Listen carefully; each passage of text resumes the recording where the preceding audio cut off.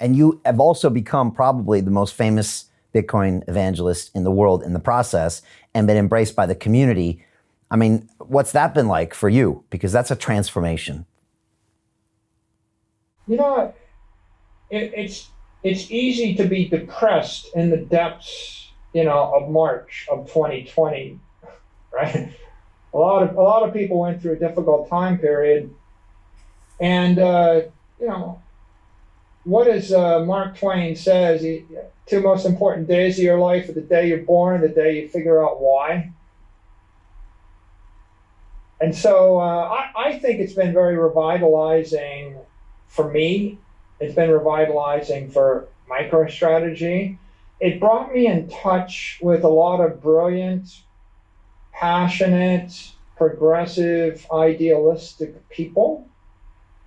I like being plugged into the mission, and I like being plugged into the community. The community is just very motivated and passionate, and just like that MIT story where I said just a lot of very intelligent, bright, young people doing cool things. When I got to MIT, I see a lot of people in the Bitcoin community very passionate, doing very cool things. When I describe Bitcoin, I say it's an economic imperative, it's a technology imperative, and it's a moral imperative. The economic imperative is $400 trillion worth of currency and currency derivatives that are being devalued by the currency devaluation. So everybody in the world has this problem, right? So it's motivational to have a solution to the problem faced by every investor on the planet. If you own bonds, it's $100 trillion worth of bonds with a negative real yield. If you own commercial real estate, your commercial real estate's got rents capped at CPI, which means you have a negative real yield on real estate. If you own value stocks, the value stocks are valued based upon the discounted value of the cash flows. If you have a utility company growing cash flows at 2% a year, and if the currency is devaluing at 15% a year, you've got a negative real yield on your cash flows. So everybody in the world sitting with cash or currency derivatives has a problem. We've got a solution. That's pretty motivational. I think from big tech, if you look at the tech imperative, this is what Bitcoin is to me. Bitcoin is digital property, which means that if you wanted to give joy to 5 billion people, you would give them digital music on a mobile device, Apple Music, Amazon Music, Pandora.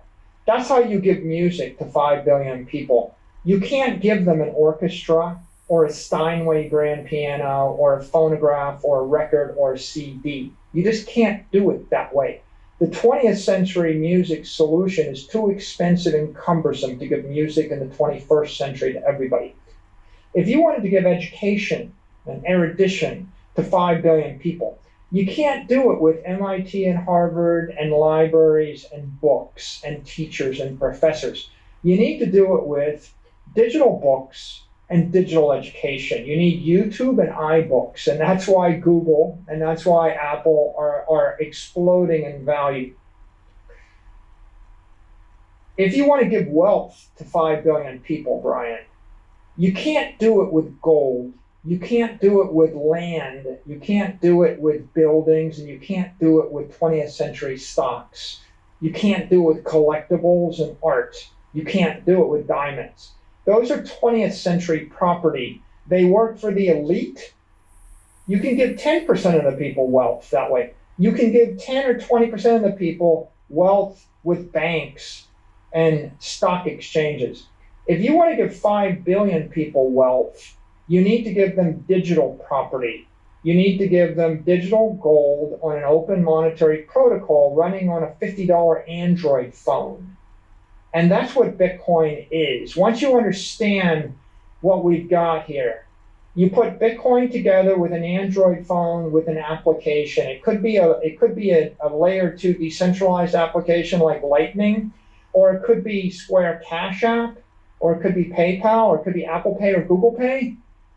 But when you put together mobile devices with software and you plug it into digital property, you have the means to give everybody on Earth property rights, and you can move it at the speed of light, and you can make it as smart as your iPhone or your Android phone can be smart. And there's no one on the planet that hasn't figured out digital photos, digital video, digital books on a smart device is a better idea, and it's the way to create a utilitarian entitlement. And so when I say it's a tech imperative, I mean, A, it's a pretty good idea for Google, Apple, Amazon, Facebook. And if they don't do it, then Jack Dorsey at Square or at PayPal is going to eat their lunch and do it for them. You can't stop that. The genie's out of the bottle. But I also say it's a tech imperative because they have to do it, right? It's like they have to do it because, iCloud with your photos and your videos is interesting, but iCloud with $100 trillion of your money is compelling. When Apple doesn't do it, Facebook's going to do it. And if Facebook wants to push back against Apple, they need to put digital property in the Facebook app. So it's coming, and it's the next chapter of the mobile wave. It's like mobile property in the palm of your hand. When people don't get it if they're elitist in the Western world. Yeah, you live in Manhattan, you got a bank, and you have you have your money invested in NASDAQ.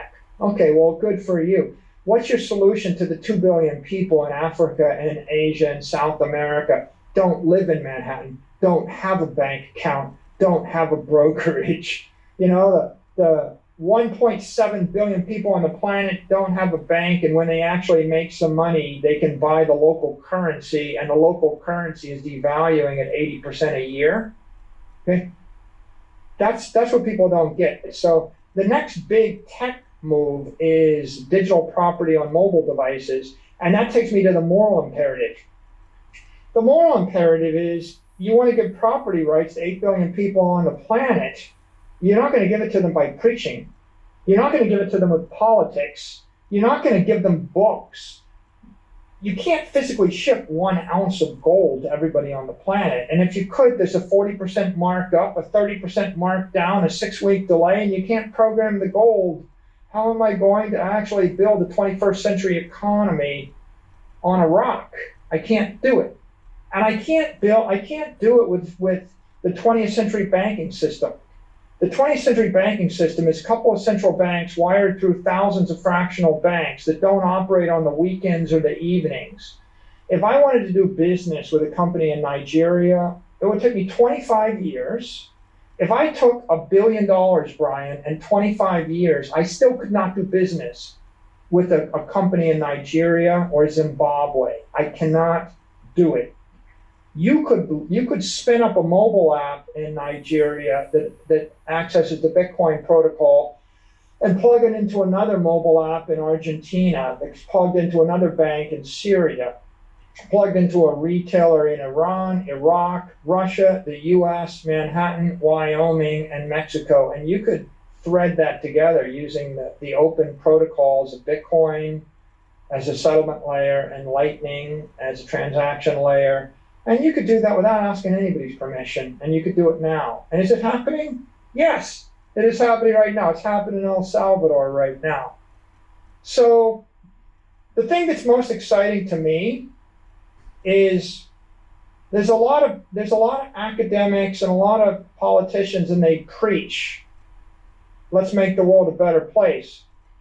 But when you go to MIT and you look up on those buildings, and you see all the great scientists, and you see Maxwell, right? And you see Edison, and you see Einstein, and you see Newton, you're reminded that if you really want to better the human condition, give them fire. And when you're done with that, give them electricity. And when you're done with that, give them antibiotics and then radiation, right there. You need technology. You're not, radio, right? We went from a life expectancy of 50 to a life expectancy of 70 from 1900 to 1950. We didn't do that with preaching and politics and elections.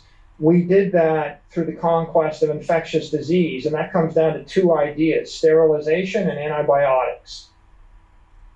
And so what does it mean what are property rights? I mean, we know life, liberty, and property. John Locke gave us that idea. What does it really mean?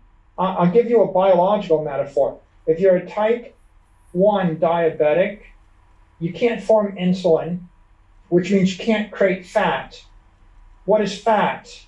Fat is an organic battery. It's a battery to store organic energy. Nature came up with a battery to store organic energy.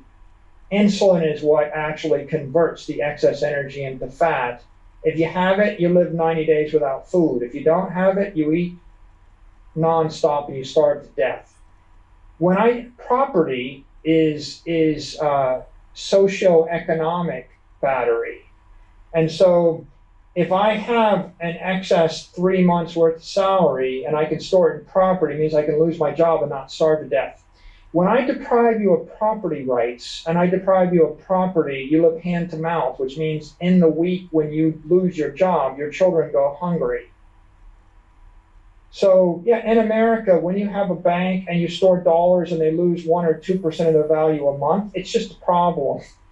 When you live in Africa, you don't have a bank and you can't store dollars and you have to keep money in a local currency and it loses 1 to 2% of its value a week. At that point, you've lost your property rights. And if you've lost your property rights, it's hopeless. It is a type 1 diabetic can eat nonstop. They starve to death. It's a death sentence. The lack of property rights is a death sentence. So if you want to give, and what do you see happens?